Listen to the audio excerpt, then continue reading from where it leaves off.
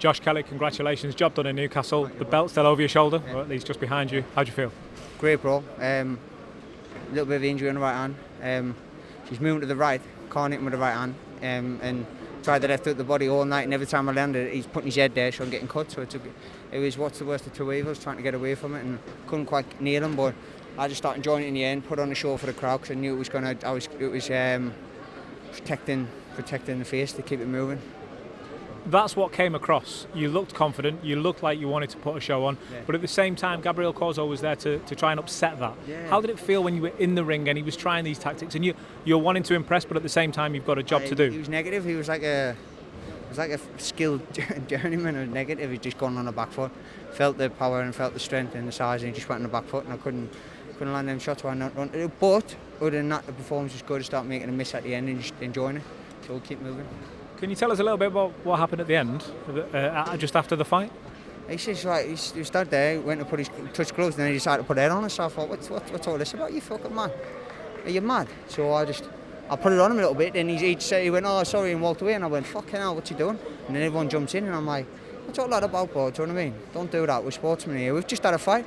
Why didn't you put it on us in the ring if you wanted to do it? Do you know what I mean? Man. Job done now, though, and the question will obviously be, who next, what next, where next? We've seen you just speak on DAZN a moment ago, and those names are being brought up. You know you're going to be pushed for a name. For you, is it just a case of showcase rather than a specific? Yeah, showcase, bro, all the time. Whoever thinks they can step up, step up to me.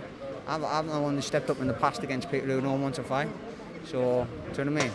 I did it. I keep doing it. Troy, and then I fought 3 unbeaten fighters the last 3 fights. One lost on a technical decision on a headbutt.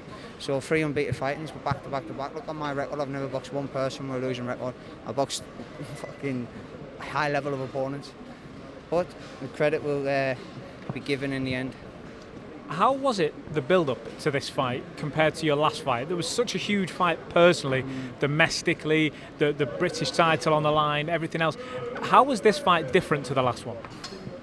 Push back with the injury, everything like that. A little bit of needle spite, waiting. It was just a little bit of frustration, and when he come out and did that, it was like, and he's just trying to run. Do you know what I mean? I thought I was just getting him, and then he started putting his head in. So I wanted the sort of self-preservation in the end for myself and look after this. So what happens now? The road to the big names, the road to the world title goes on, but what happens in between now and then? Do you take some rest straight away, a holiday? What happens next? Yeah, but I keep building, bro. Look after myself, go back, get rehab, then keep building in the gym. Building a monster. Building a monster indeed. Will you be keeping an eye on the certain fights? I know you've mentioned the name Eubank, and I know that Smith has been bandied around, as has Brook, as has Benn. These guys, we expect at least some of them to be fighting each other over the next couple of months. Are you going to be watching those fights with interest? Of course I am. Get me amongst that. Well, Josh, I'm going to let you go and rest up and clean up. Been a pleasure to watch you all week. Thank you very much for having us. Thank you.